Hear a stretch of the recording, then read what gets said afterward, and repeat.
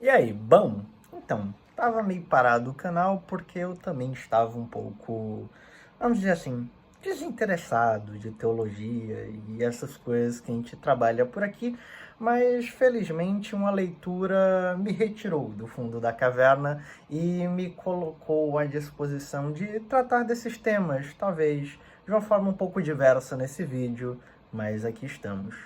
O livro em questão, e eu não vou fazer uma exposição dele, ele apenas é um pontapé inicial para a conversa que nós teremos aqui, é este aqui, o Socialismo da Primeira Cristandade, do Dr. Gottfried Breckenmeyer.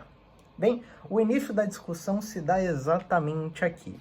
Ao ler o título do texto com a palavra socialismo, e caso você conheça o autor Gottfried Breckenmeyer, que foi presidente da Igreja Evangélica de Confissão Luterana e presidente da Federação Mundial Luterana, você já está em choque.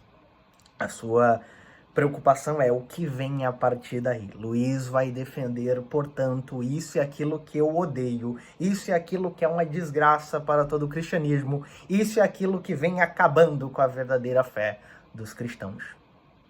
Essa primeira reação já denota o porquê da existência desse título e da existência desse vídeo.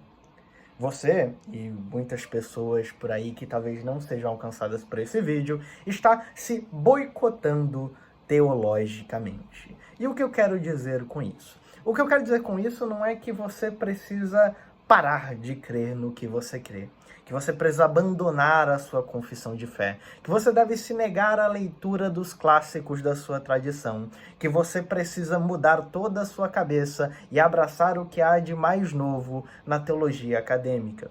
Não. A única coisa que eu estou dizendo é que nós não tiramos um tempo suficiente e honesto para julgar alguns textos, para julgar algumas ideias e julgar alguns movimentos pelo que eles são exatamente. A leitura desse livro não me trouxe um novo vigor simplesmente porque o conteúdo dele foi um grande revelar de coisas, uma grande exposição de tanta multidão de ideias que eu não conhecia, uma grande demonstração de que tudo que eu acreditava estava errado e que eu tenho que agora abraçar a tese do Dr. Breckenmeyer. Não. A coisa que realmente me trouxe alguma alegria durante a leitura, aquilo que me deu um interesse de, logo após terminar a sua leitura, vir aqui comentar sobre esse tema, é exatamente por ele ser um texto profundamente honesto. O Dr. Breckenmeyer não se ausenta de discutir com aqueles que discordam dele, de trazer para a discussão não apenas a sua facção teológica, mas trazer conservadores, pessoas da teologia da libertação, o pessoal da alta crítica. Ele está conversando com todos por um único motivo. Ele leu essas pessoas. Isso traz muito mais profundidade e até uma dimensão mais concreta da tese que ele está defendendo aqui. Veja você, apesar do título, o Dr. Breckenmeyer não está defendendo uma revolução socialista como a forma plena de viver socialmente enquanto cristão. Ele está muito mais para um social-democrata, alguém que aprecia o estado de bem-estar social e posições muito mais centrais, mais centristas, por assim dizer, na política. Ele está longe de ser um comunista. Aliás, dentro da sua exposição, exatamente por ser alguém que busca honestidade, ele traz à tona determinados pensadores socialistas que, por exemplo, eu, como alguém que creio ter algum conhecimento da literatura socialista, discordo de determinadas leituras e acho um pouco rasas algumas interpretações. Mas só é possível eu ter essa crítica porque eu conheço determinados autores e porque eu também posso avaliar a obra não assumindo apenas isso. Veja como o Dr. Breckenmeyer não foi tão feliz ao expor essas e aquelas literaturas socialistas. Porque eu também, ao mesmo tempo, posso olhar e ver, caramba, como ele incrivelmente buscou pensadores tão diversos para construir uma crítica forte ao seu próprio pensamento e poder argumentar em cima. Olha como ele não se furtou de trazer alguém de uma tradição diferente, como ele não se furtou de trazer alguém que só defende coisas que nós cristãos, por exemplo, achamos muito estranhas. Como ele não tem medo em citar heterodoxos claros, como ele constrói o seu pensamento teológico com bastante coragem, mas baseado principalmente em bastante fundamento literário. Nós precisamos parar de nos boicotar teologicamente, porque é muito fácil cair em qualquer tipo de armadilhazinha de suposto conhecimento.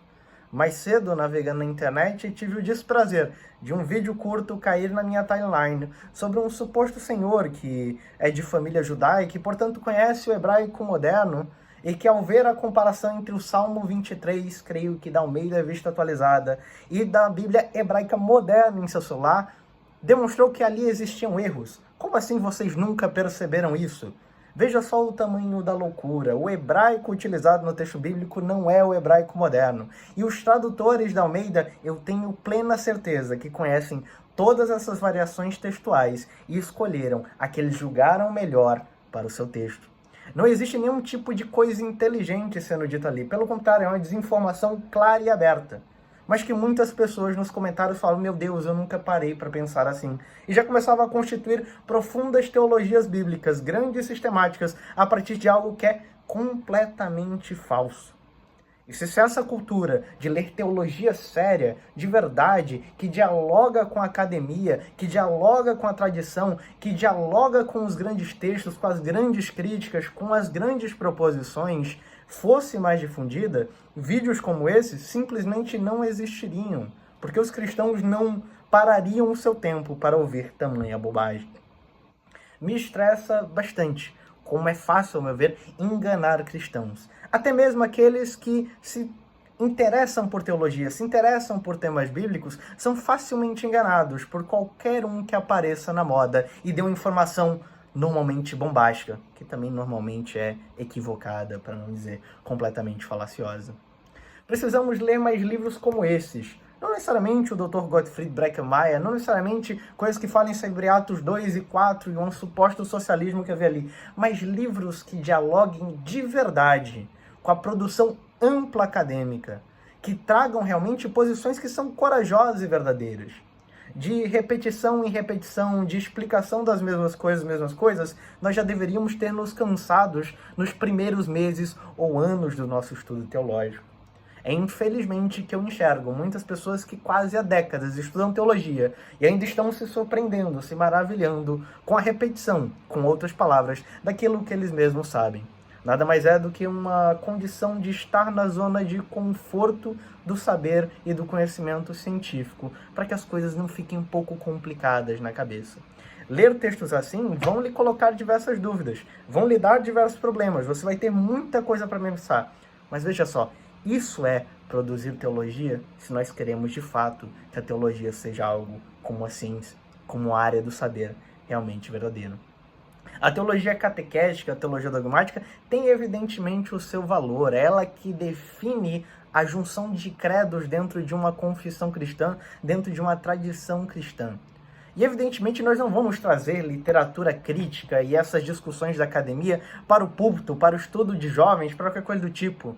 Mas é necessário que aquela pessoa que vai ao púlpito, que vai ao estudo de jovens, que está disposto a entregar às pessoas algum tipo de conhecimento, que está disposto a compartilhar aquilo que sabe, também tenha a profundidade necessária para responder às dúvidas, essas sim, que não cabem na superficialidade dos temas que são sempre repetidos e retratados.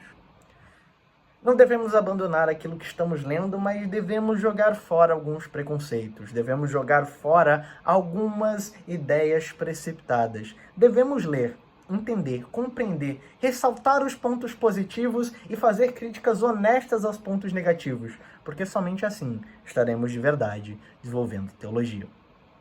Um vídeo completamente diverso, e se você é uma pessoa que acabou de chegar à fé, não se preocupe, o tema aqui tratado não é necessariamente contra você. Por favor, leia os livros introdutórios, leia as coisas que a sua tradição cristã mais preservou, leia aquilo que lhe indicaram realmente a ler.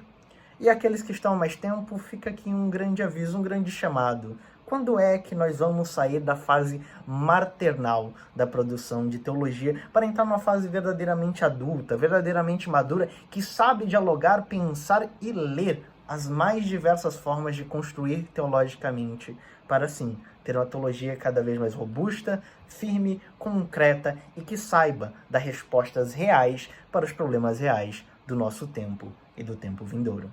Fiquem com Deus. Um abração a todos. Valeu.